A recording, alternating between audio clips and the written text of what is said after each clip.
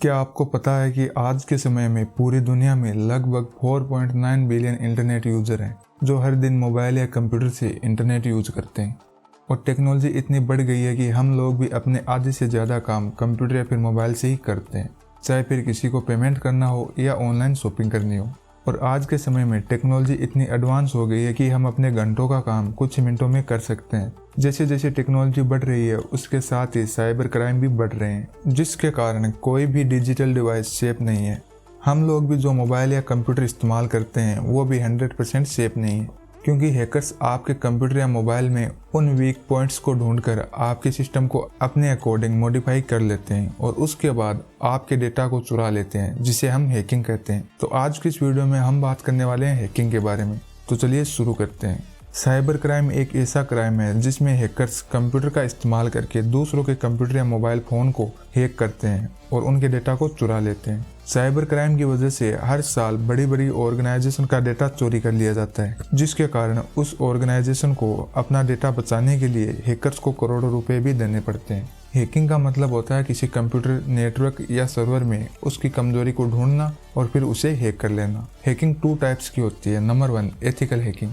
Ethical hacking में सभी काम लीगल होते हैं। इसका यूज अच्छे कामों के लिए किया जाता है। इसमें सभी काम कानून के दायरे में होते हैं। इसे व्हाइट हैट हैकिंग और पेनिट्रेशन टेस्टिंग भी कहते हैं। एथिकल हैकिंग किसी कंप्यूटर सिस्टम, नेटवर्क, वेबसाइट या किसी सॉफ्टवेयर में कमियों को ढूंढने के लिए की जाती है। सिस्टम में मौजूद कमियों को तकनीकी भाषा में वल्नरेबिलिटी कहते हैं। एथिकल हैकर्स सिस्टम में वल्नरेबिलिटी का पता लगाते हैं, फिर इन्हें फिक्स करते हैं ताकि कोई भी इस वल्नरेबिलिटी से सिस्टम को हैक ना कर सके। एथिकल हैकिंग लोगों को सुरक्षित रखने के लिए की जाती है और एथिकल हैकर्स का काम होता है बड़ी बड़ी कंपनी के सिस्टम में वल्नरेबिलिटी को ढूंढना और फिर इसे फिक्स करना। नंबर 2, मैलिशियस हैकिंग, जिसे हम ब्लैक हैट हैकिंग भी कहते हैं। ये इलीगल होती है क्योंकि इसमें डेटा को चुराया या फिर लीक किया जाता है। चुराए गए डेटा के बदले हैकर्स ब्लैकमेल भी करते हैं या उस डेटा को किसी कंपनी को बेच दिया जाता है। कई बार तो चुराए गए डेटा को सोशल मीडिया पर भी पब्लिश कर दिया जाता है। मैलिशियस हैकिंग में ईमेल अकाउंट को हैक करना, बैंक अकाउंट से पैसे चोरी करना और सरकारी या फिर प्राइवेट कंपनी के सिस्टम को हैक कर लिया जाता है।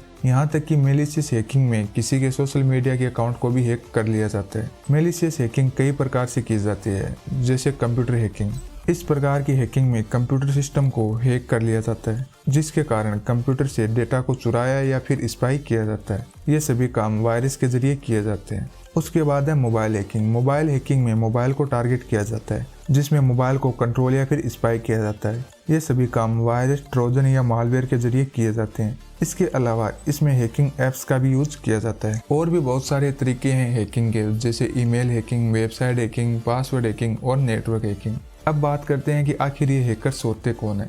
हैकर्स वो लोग होते हैं जिनका ज़्यादातर समय कंप्यूटर के सामने ही बीतता है और ये कंप्यूटर के एक्सपर्ट्स होते हैं और इन्हें कंप्यूटर और नेटवर्क का भी अच्छा खासा नॉलेज होता है और ये प्रोग्रामिंग लैंग्वेज में भी एक्सपर्ट्स होते हैं और इनको टेक्नोलॉजी की भी अच्छी खासी जानकारी होती है। और ये लोग टाइम के साथ साथ अपने स्किल्स को भी इम्प्रूव करते रहते हैं और नई स्किल्स को सीखते रहते हैं। ज़्यादातर हैकिंग डेटा की चोरी करने या फिर किसी को नुकसान पहुंचाने के लिए की जाती है, लेकिन कुछ अच्छे हैकर्स भी होते हैं जो अच्छे कामों के लिए हैकिंग करते हैं। तो आइए जानते हैं कि हैकर्स कितने टाइप्स के होते हैं। बेसिकली हैकर्स 3 टाइप्स के होते हैं। Number 1, white hat hackers. ये वो हैकर्स होते हैं जो अच्छे कामों के लिए हैकिंग करते हैं, जिन्हें हम एथिकल हैकर्स भी कहते हैं और इनके जरिए की गई हैकिंग को एथिकल हैकिंग कहते हैं। एथिकल हैकर जब भी हैकिंग करते हैं तो ये सबसे पहले ओनर की परमिशन लेते हैं और उसके बाद उनके सिस्टम से वल्नरेबिलिटी को ढूंढते हैं ताकि उनके सिस्टम को हैक होने से बचाया जा सके। Number 2, black hat hackers. ये वो लोग होते हैं जो बुरे कामों के लिए हैकिंग करते हैं।